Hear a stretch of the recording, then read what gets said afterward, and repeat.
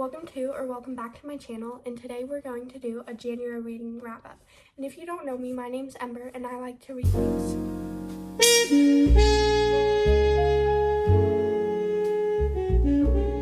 The first book I read in January was The Seven Husbands of Evelyn Hugo by Taylor Jenkins Reid.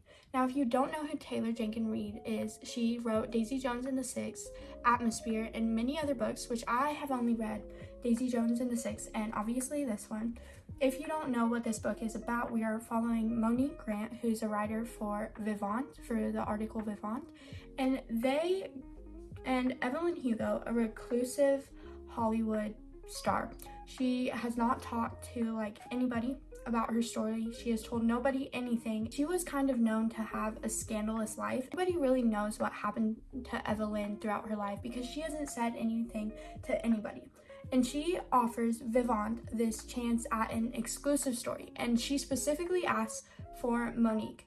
Now, Monique is kind of a lower level writer, so she's like, why is this famous celebrity asking me to write an exclusive story that nobody has got? Obviously, you would question that if you're not really known as a writer yet. You haven't really found your footing.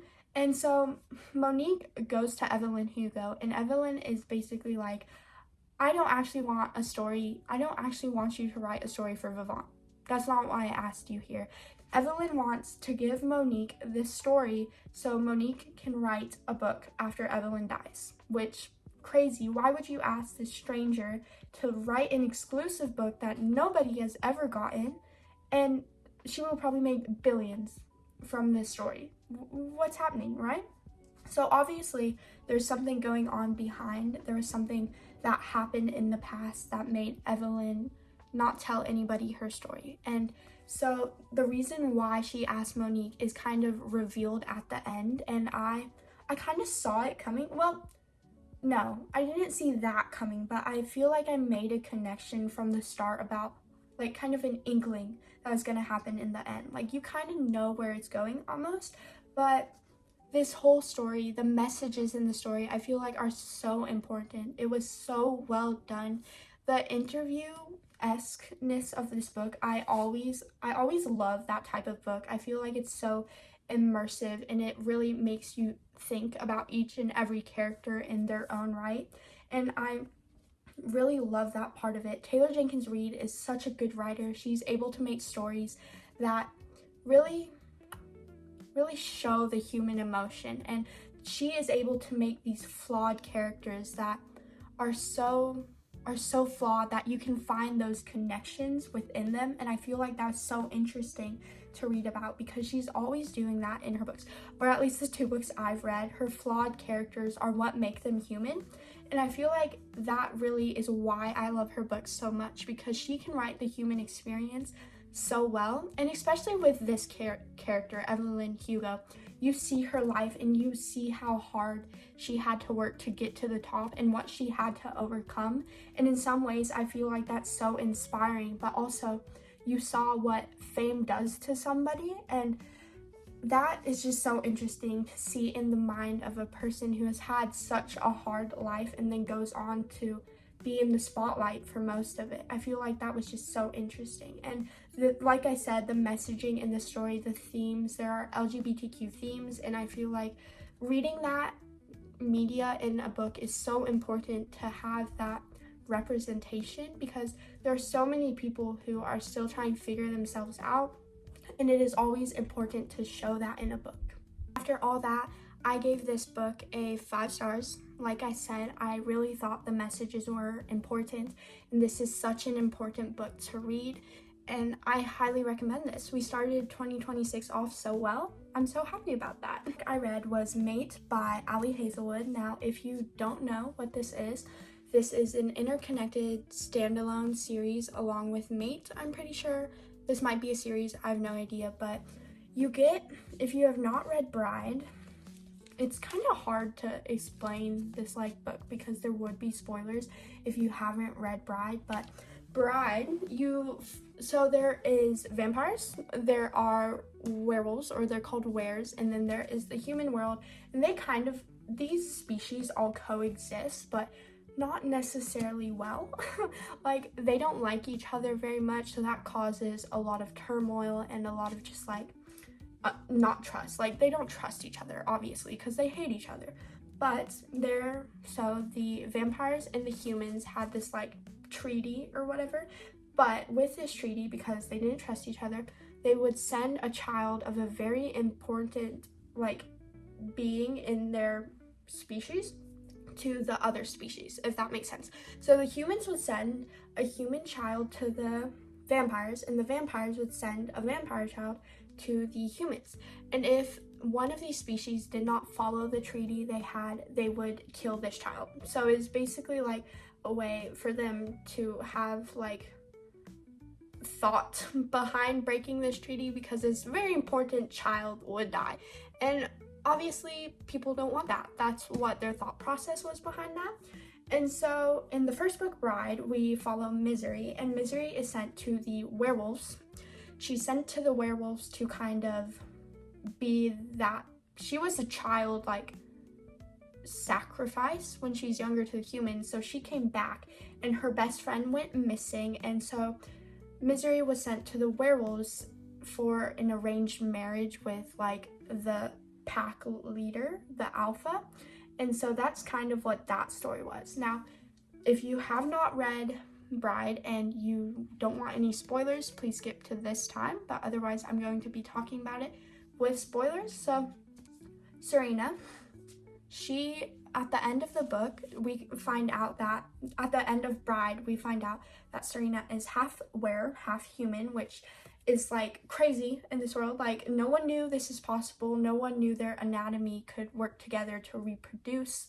And so the vampires are worried that Serena will be a symbol that there can be peace between the humans and the werewolves. And they don't want that to happen because the vampires would be overpowered, obviously. But we also find out that the pack leader, Cohen, if you don't know what a mate is, like, so a mate, you kind of like know, I don't know how to explain it, but you like know it's love at first sight. And so Cohen knows that Serena is his mate, and he is trying to like watch out for Serena because obviously he doesn't want his mate to die. But at the beginning of this book, Serena is like in a cabin, like in the middle of nowhere, to hide from the vampires and like other things, because almost everything wants to kill her because they don't want to have this peace between the humans and the werewolves, whether that is a human who doesn't want that peace, a vampire, or even a werewolf. Like, so like everybody's basically out to kill her.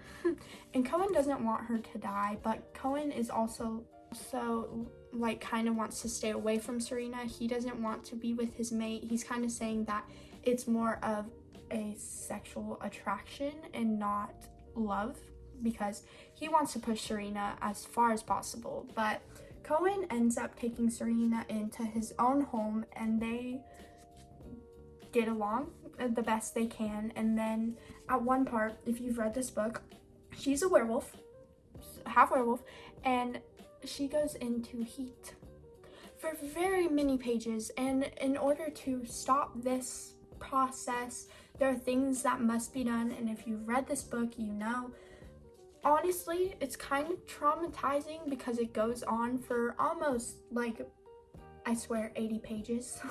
And that's kind of, I did not like that very much. Like, in books, I am no stickler for spice, but when it goes on for 100 pages, I don't want to read it anymore. I felt like I wanted to skim through it, and when in a book, I don't want to have to skim through things. So if you like spice, that's fine. I like spice, but when it goes on forever, I don't enjoy it as much anymore. Also, in this book, there's a lot of politics building, and you get a lot of background for the wares. And there was, apparently, we find out there was a cult that things happened, and now this cult is back again, this werewolf cult. And they want to overthrow Cohen, who's the alpha of the Northwest Territory, I believe, Serena's mate. But anyways, they want to overthrow Cohen. And so before things happen, you find out all the history from this cult and how they kind of went underground for a very long time, and now they're back and they want Serena. And you find out why they want Serena in the book. I thought that was all very interesting. I really enjoyed that like political building and like the background behind these pacts. I thought that was really interesting. Like the beginning of the story, I was having so much fun. I enjoyed all of that, all the building, the world building. I really enjoyed. We got a lot of like cameos from Low and Misery, which I love those characters. But there's this big but, those spice scenes for so long. The book could have been 100 pages longer and I wouldn't have missed all that much if a lot of that was taken out. And I'm not trying to like put people down if they do like this. Like if you like that's fine. That's honestly fine. It's just for me it was too much. So I believe I ended up giving this book 3 stars, which I was kind of sad about because I did really enjoy the first book, and all of Ali Hazelwood's books I have really enjoyed. This just wasn't my favorite. I still do recommend it if you do like spice and you really enjoyed Bride. I still do recommend it because I enjoyed the beginning. It was just that end. I was just like, we don't need all of this. And then the epilogue, the epilogue. I don't like when there's like when the book ends with spice. Like I don't like that, so I did not enjoy that. But yeah, anyway, sorry I'm rambling. 3 stars, did enjoy it, do recommend, but it just was not my favorite. It was kind of a letdown for me. But yeah, so that's that. The next book I read was The Conditions of Will by Jessa Hastings. If you don't know, she wrote Magnolia Parks, which I have not personally read that book, but I did enjoy this book. So maybe I'll go on to reading more of her works. I don't know. I may stop at this. Magnolia Parks isn't that, like, it's not interesting to me. My reading taste has been changing a lot over the past months, so I just don't know if it will like kind of bide with that new taste. But anyways, Magnolia Parks, anyways, The Conditions of Will, we follow Georgia Carter, and Georgia is kind of estranged from her family. The only person she's not estranged from is her brother, and her brother is also estranged from her family. So what happens at the beginning of this book, throughout the whole book, we kind of find out what happened in the past. It's not a dual timeline per se, but you just kind of find out through what Georgia is saying. So currently Georgia lives in London, and she has been studying at Cambridge, I believe. So she's been studying like psychology, and she's really good at reading faces. Like that's her job. She reads people and she kind of figures out what they're thinking. So people call her the human lie detector because she's really good at reading people. Like that's her job. That's what she does all the time. And so at the beginning of her book, her father dies, and she hasn't talked to her father in a long time because of what happened. But so she has to go back to, I can't remember where they're from. She has to go back to South Carolina for her father's funeral, and she is kind of seeing her family for the first time again. Most of her siblings, her older brother, older sister, and then her youngest older brother, who she still kind of talks to. He is a recovering addict. So he brings this, what's it called? He brings his sponsor. His name is Sam. So Sam is the sponsor, and at first Georgia thinks that Sam is gay, and how they meet is like, it was really funny. I just thought that's hilarious. I don't know. But so we're kind of going through the story. We're figuring what happened in the past. So Georgia was found in bed with her older sister's boyfriend at the time. Her mom found them together, and Georgia doesn't even get a chance to explain herself. She is sent away to London because she is thought to be like a very bad person. Like, you should not be doing that. I'm not going to say what happens. I'm going to let you figure that out for yourself. But so we are Georgia goes to her father's funeral, and they read the will, and there's this unknown name. So everybody thinks that Georgia's father was cheating on her mother, which we find out everything that happens in the book. I don't want to spoil that for you. I want to let you figure everything out for yourself. But Georgia had a rough life, and her parents neglected her after the fact, and her brother and sister kind of were estranged from her, and she kind of makes amends with her oldest brother, but her sister has narcissistic tendencies and has always kind of made Georgia out to be the villain. So she has a lot of problems with her sister, which I feel like anyone would. She's not a very good person. You figure out everything that happens. But her brother, who is an alcoholic, she has kind of been close to him for a very long time. When Georgia's grandfather died, he did not leave any money to her brother, and so she kind of split her cut in half and gave it to him. So you really know they have a bond and they want to take care of each other. And her brother, I can't remember his name. I'm so sorry. I can't remember his name. And he's such a trivial part of this book. But anyways, her brother brings Sam, and he kind of likes Sam as well. So Georgia is trying to keep her new relationship with Sam a secret because she doesn't want to hurt her brother's feelings.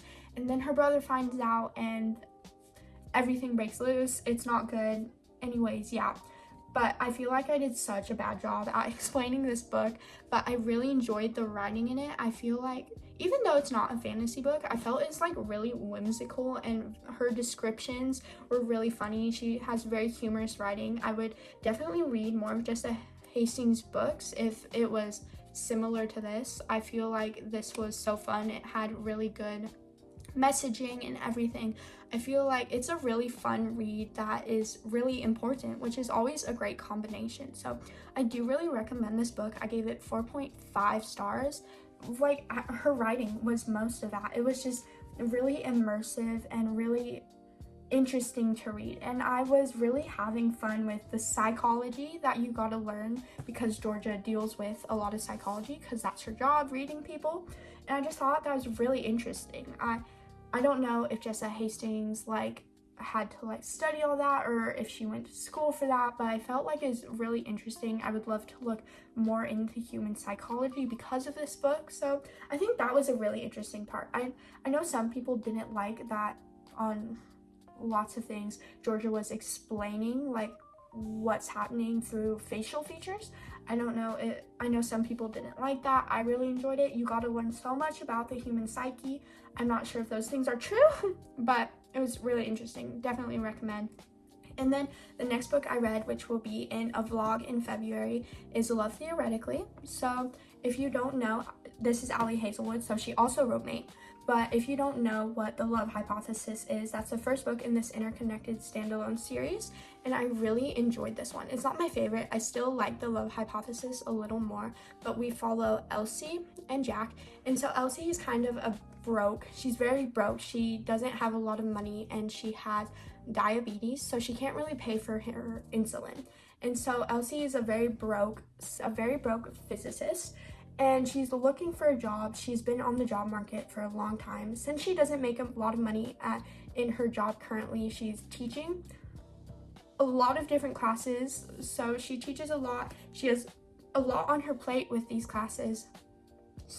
But since she doesn't make a lot of money, she has to find other gigs. So she found this thing, an app called Faux, which is you can get paid to fake date people. So people will hire Elsie for so many different things. So she gets hired by a man named George, and George needs help to convince his parents that he is dating someone, he can be with somebody, because he doesn't really feel the need to date somebody. But his parents are very much like, you should find somebody. And so George doesn't know what to do, so he hires Elsie. And Elsie has been going on dates with George for a while, which is kind of against the policy of Faux, but she wants to help George out. They've kind of become friends. And so George's brother, Jack, he is also a physicist, but Elsie doesn't realize this. And so she doesn't really like Jack upon meeting him. And then she gets called in for interviews at MIT. So she's going to work at MIT if she gets this job. And so, but she has to go through a bunch of different people and talk to a bunch of different people in order to get this position. And one of these people is Jack. And when she sees Jack, she's like, I didn't know you were a physicist too, blah, blah, blah, blah. And Jack was convinced that Elsie was a librarian because she gives fake details out to the people she fake dates and also the families. So Jack is like, why are you lying to my brother, blah, blah, blah, blah, blah, all those things. He's convinced she's not really a physicist, that she's just lying. And then and then Elsie tells him the truth about everything after a bunch of things that happen, and we find out that Jack is not as brooding and like uncaring as we're supposed to think. And so we kind of just find out that he's been obsessed with Elsie for a while. So we find that out, and honestly, this was a really fun STEM romance. Ali Hazelwood is always very witty, very fun. I really enjoyed this one. It was just a quick read. And if you do want to see or hear more, it is in my Valentine's reading vlog, so my romance reading vlog. And I really enjoyed this one. Her STEM romances are always so fun. And Ali Hazelwood is such a witty writer. She is able to make everything so funny, and her characters always show that fact. Her characters are always so funny, so witty, and they always have such fun banter. So yeah, I do recommend this if you like STEM romances, because this was just so fun. And I'm sorry the lighting like changed last minute. The sun just like came out. It was like raining pretty hard, and now it's sunny. But anyways, that is the end of my reading vlog. I really hope you enjoyed. I read 4 books this month. I'm currently in the middle of one, so you'll see that in next month's reading vlog. And if you want to see more of these, please like and subscribe. Leave a comment for your favorite books of this year so far and what I should read next. Thank you so much for watching. I'll see you in the next one.